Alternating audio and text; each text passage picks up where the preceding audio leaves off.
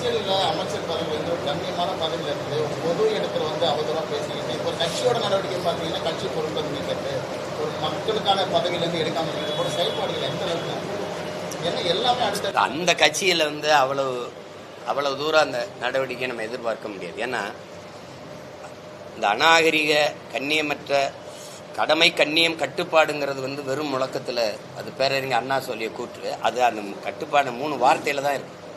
சுத்தமாக உங்ககிட்ட இருக்குது.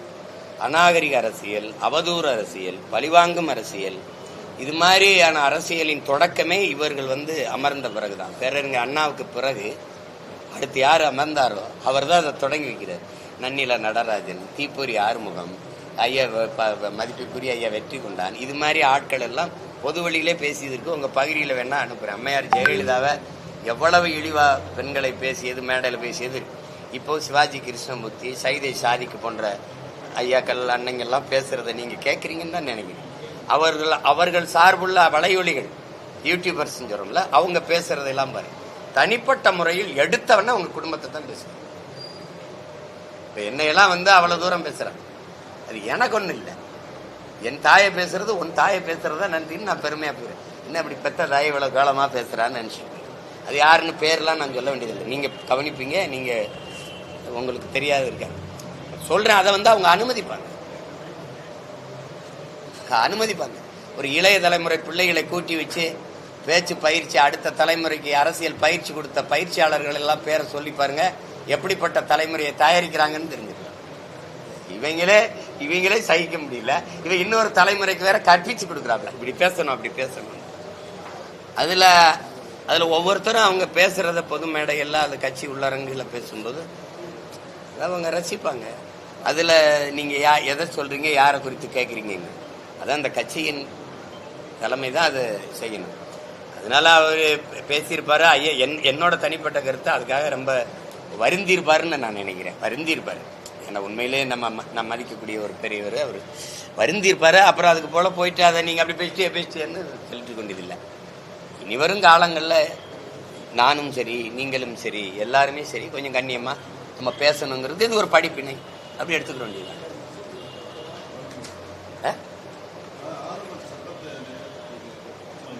ஆளுநர்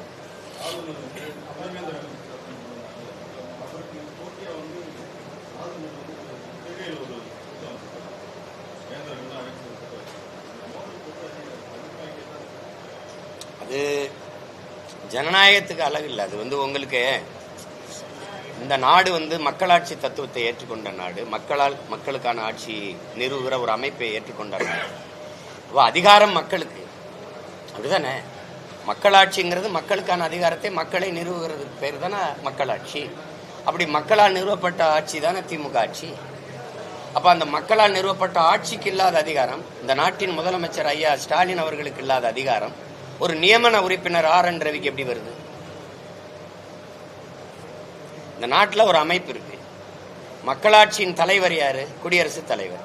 குடியரசுத் தலைவரை மக்கள் தேர்வு செஞ்சாங்களா? அப்ப அது மக்களாட்சியா? குடிமக்களின் ஆட்சி, குடியரசின் தலைவரையே குடிமக்கள் தேர்வு செய்ய முடியாது. இந்த அமைப்பு எவ்வளவு தப்பா இருக்கு பாரு. மக்களால் தேர்வு செய்யப்பட்டவர்கள் தேர்வு செய்வார்கள். அவர்கள் வசதிக்கு ஏற்ப ஒருவரை, அவர்கள் நீற்ற இடத்தில் காற்று இடத்தில் கையெழுத்து போடுற ஒருவரை தேர்வு செய்வார்கள். அந்த அமைப்பு அவர் கையெழுத்தில் தான் சட்டங்கள் நிறைவேறுது. அது நாட்டு மக்களின் நலன் சார்ந்த திட்டங்களும் சட்டங்களும் வரணும்னா மக்களால் தேர்வு செய்யப்பட்டவர்னா பயப்படுவாங்க. மறுபடியும் மக்களை சந்திக்கும் போது அவன் நம்ம நிராகரிப்பான் என்ற அச்சம் வரும். ஆனால் மக்களே சந்திக்காத ஒருவர் உயர்ந்த பதவியில் இருந்து கையெழுத்திடுறாரு சட்டத்துக்குன்னா அவன் போட்டா என்ன போடலன்னா இங்க மக்கள் நலன்கிறது கவனத்திலே வராது, கருத்திலே இருக்காது. அப்படிப்பட்ட முறையில் அவரால் நியமிக்கப்படுகிற ஒரு ஆளுநருங்கிறதுக்கு எதுக்கு இவ்வளவு பெரிய பொறுப்பு? எதுக்கு இத்தனை பல்கலைக்கழகங்களை நிர்வகிக்கிற பொறுப்பு?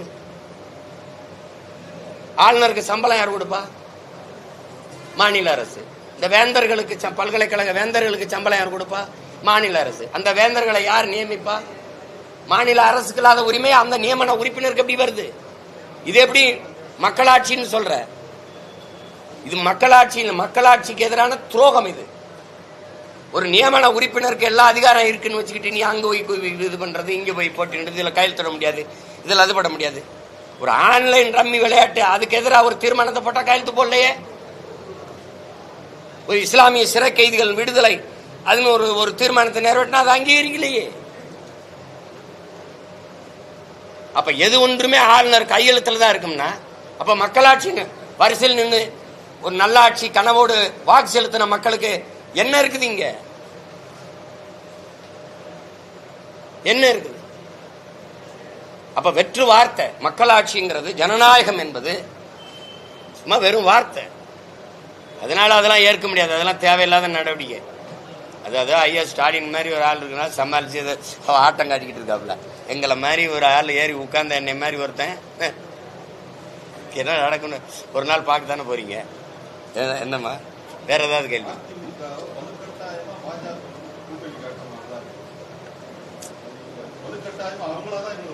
அது நீங்க கேக்குறீங்க, நான் பதில் சொல்றதுங்கிறது நல்லா இருக்காது. வலுக்கட்டாம எங்களை கூட்டணி கொண்டு சேர்த்துருச்சுங்கிறது சொல்ல வேண்டியது அந்த கட்சியின் பொதுச் செயலாளர். அவங்க எங்க ஐயா சொல்றாரா? எங்க ஐயா எடப்பாடி பழனிசாமி அவர்கள் சொல்றாங்களா? அந்த கட்சியில இருக்கிற செய்தி தொடர்பாளரோ அல்லது மூத்த தலைவரோ, இப்ப எங்க அண்ணன் ஜெயக்குமாரோ அல்லது எங்க ஐயா SP வேலுமணியோ எங்க ஐயா செங்கோட்டையனோ ஐயா தம்பித்துறை அப்படி யாராவது சொல்றாங்களா? சொன்னா நம்ம அப்படி இப்படி கட்டாயப்படுத்திட்டாங்களோ அப்படின்னு. என்னங்கம்மா, தாலியை கட்டும்போது கழுத்தை காட்டும்போது எந்திரிச்சிருக்கலாம்ல. தாலியை கட்டி எல்லாம் போன பிறகு வட்டாயமா தாலியை கட்டிட்டானமே, இப்ப கட்டும்போது என்னப்பா பண்ண ஒண்ணு இருக்குல்ல, அது மாதிரி அது நல்லா இல்ல. நீங்களா ஒரு இதுல பேசிக்கிட்டு இருக்க வேண்டியது இல்லைல்ல. கூட்டணி சேர்ந்திருக்காங்க. உள்ளாட்சி உள்துறை அமைச்சர் ஐயா எடப்பாடி பழனிசாமி அவர்கள் வீட்டுல போய் விருந்து கொண்டு இருக்கிறாங்க.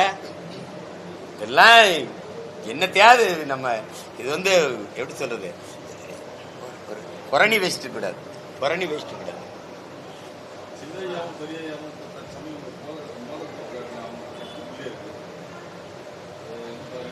நான் திரும்ப சொல்றேன், அது எங்க சொந்த கட்சி பிரச்சனை.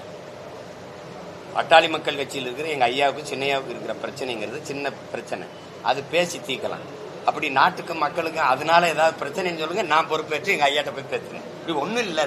அது ஒரு சாதாரண மே 11 நடக்கிற அந்த மாநாட்டில் எல்லாம் சரியா போயிடும், அதோட அது முடிஞ்சிடும். சும்மா ஏதாவது அதனால ஒரு பிரச்சனை வந்துருமா, அதோட அவங்க 2 பேரும் சண்டை போட்டு இதெல்லாம் ஒரு பிரச்சனையா? கட்சிக்குள்ள ஒரு சின்ன சின்ன மனஸ்தாபங்கள் வர்றதான், அது பேசி சரி பண்ணிக்கிற முடியும்.